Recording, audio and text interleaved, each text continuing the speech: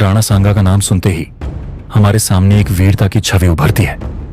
लेकिन क्या आप जानते हैं कि एक समय था जब उनके शरीर पर 80 घाव थे, फिर भी वह रणभूमि में संघर्ष करते रहे। उनका चेहरा, जिसे देखकर दुश्मन भी थरथर कांपते थे, वह अब तक रहस्य बना हुआ है। उनके युद्ध की गाथाएं, उनके बलिदान और उनकी वीरता ऐसी हैं जो समय के साथ भी अमर बनी रही हैं। मगर एक बात हमेशा दिमाग में आती है, ऐसा क्या था जो राणा सांगा के दिल में था, जो उन्होंने इतने बड़े युद्धों के बावजूद मातृभूमि की रक्षा के लिए अपना जीवन दांव पर लगा दिया? क्या वह केवल एक राजा थे जो अपनी भूमि की सुरक्षा के लिए लड़े, या फिर वह एक आदर्श थे जिन्होंने अपनी शौर्य गाथाओं के माध्यम से अपने राज्य और अपनी प्रजा के दिलों में हमेशा के लिए स्थान बना लिया? यह कहानी उन्हीं वीर राणा सांगा की है, जिनकी वीरता के आगे कष्ट, शारीरिक घाव और मृत्यु भी तुच्छ हो गए। राणा सांगा का जीवन केवल एक ऐतिहासिक कथा नहीं है, बल्कि एक ऐसी गहरी छाप है जो हमारे मन में एक अजीब सा आकर्षण छोड़ जाती है। उनके बारे में जितना जानेंगे उतना ही यह रहस्य और गहराता जाएगा। जैसे एक भूतपूर्व योद्धा का धड़कता हुआ दिल अपनी धड़कन से हमें अपनी वीरता का एहसास कराता है। कहानी वहीं से शुरू होती है जहां राणा सांगा ने अपनी मातृभूमि की रक्षा के लिए साहसिक कदम उठाए थे, और वह कदम कितने दर्दनाक, संघर्षपूर्ण और रहस्यमय थे, यह जानने के लिए हमें उनके जीवन के उन अनदेखे पहलुओं की ओर बढ़ना होगा। राणा सांगा का जन्म 12 अप्रैल 1482 को मेवाड़ के चित्तौड़ में हुआ था। वे राणा कुंभा के पोते और राणा रायमल के पुत्र थे। राणा कुंभा का शासनकाल मेवाड़ में एक सुनहरे दौर के रूप में याद किया जाता है, और राणा सांगा के पिता राणा रायमल भी मेवाड़ के एक महत्वपूर्ण शासक थे। राणा सांगा ने 1509 में केवल 27 वर्ष की उम्र में मेवाड़ का उत्तराधिकारी बनने का गौरव प्राप्त किया। उनका शासनकाल 1509 से 1527 तक रहा, और इस दौरान उन्होंने न केवल मेवाड़ को समृद्ध किया, बल्कि विदेशी आक्रमणकारियों से इसकी रक्षा भी की। राणा सांगा का जीवन संघर्षों से भरा था। उनके सामने सबसे बड़ी चुनौती थी विदेशी आक्रमणकारियों से मेवाड़ की रक्षा करना। वे इब्राहिम लोदी, बाबर, महमूद खिलजी जैसे सुल्तानों के खिलाफ युद्ध करते रहे और अपने शौर्य से इन सभी को हराया। खतौली का युद्ध 1517 में इब्राहिम लोदी ने मेवाड़ पर आक्रमण करने के लिए अपनी सेना भेजी। यह युद्ध खतौली में हुआ, जो आज के कोटा जिले में स्थित है। इस युद्ध में राणा सांगा ने इब्राहिम लोदी की सेना को धूल चटाई, लेकिन राणा सांगा स्वयं इस युद्ध में घायल हो गए थे। उनके शरीर पर 80 घाव थे और उनका बायां हाथ कट गया था, साथ ही एक पैर भी लंगड़ा हो गया था। इसके बावजूद उन्होंने युद्ध जारी रखा और अपनी वीरता से मेवाड़ की रक्षा की। बाड़ी का युद्ध 1518, इस युद्ध में भी इब्राहिम लोदी ने महाराणा सांगा के खिलाफ एक बड़ी सेना भेजी, लेकिन उन्हें फिर से पराजय का सामना करना पड़ा। राणा सांगा ने अपनी रणनीति और साहस से दुश्मन को हराया और मेवाड़ को सुरक्षित रखा। इस युद्ध के बाद राणा सांगा की वीरता का दिग्दर्शन हुआ, जिससे उनका नाम और भी प्रसिद्ध हो गया।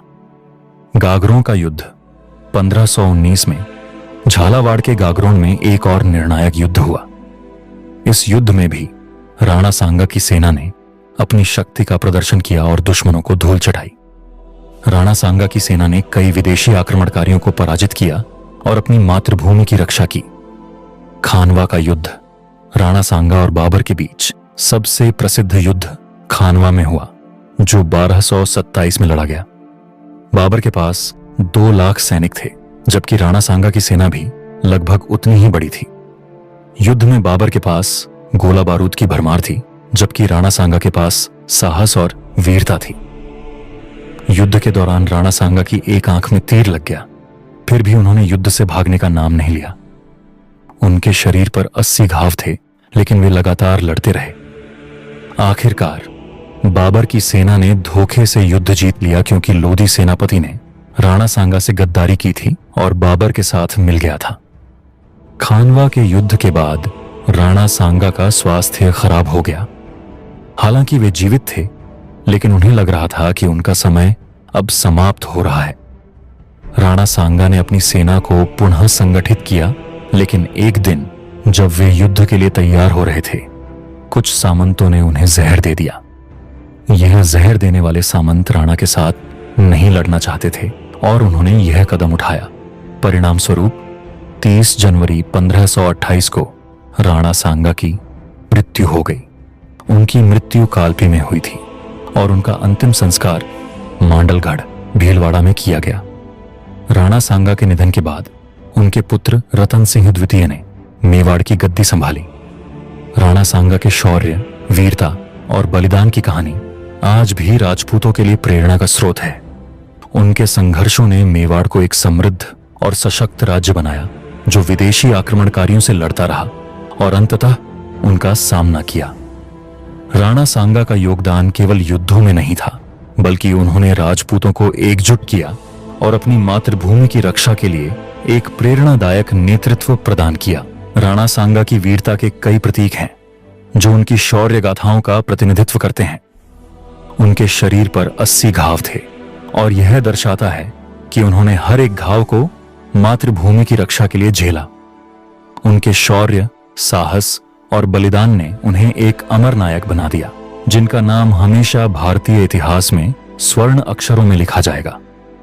राणा सांगा के बारे में यह कहानी न केवल उनके शौर्य की गाथा है, बल्कि यह भारतीय स्वतंत्रता संग्राम और राष्ट्रीय एकता की भी प्रतीक है। राणा सांगा के योगदान को हमेशा याद किया जाएगा और उनकी वीरता आज भी हमें प्रेरित करती है। दोस्तों, राणा सांगा का जीवन एक महान युद्धवीर का जीवन था, जिन्होंने मातृभूमि की रक्षा के लिए अपने प्राणों की आहुति दी।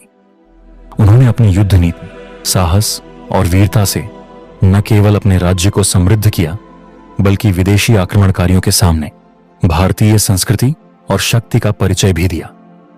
उनका जीवन आज भी हमें यह सिखाता है कि वीरता और साहस केवल शरीर की शक्ति से नहीं, बल्कि आत्मविश्वास और विश्वास से भी आती है। राणा सांगा के योगदान को कभी भुलाया नहीं जा सकता और उनका नाम हमेशा भारतीय इतिहास के पन्नों में चमकता रहेगा।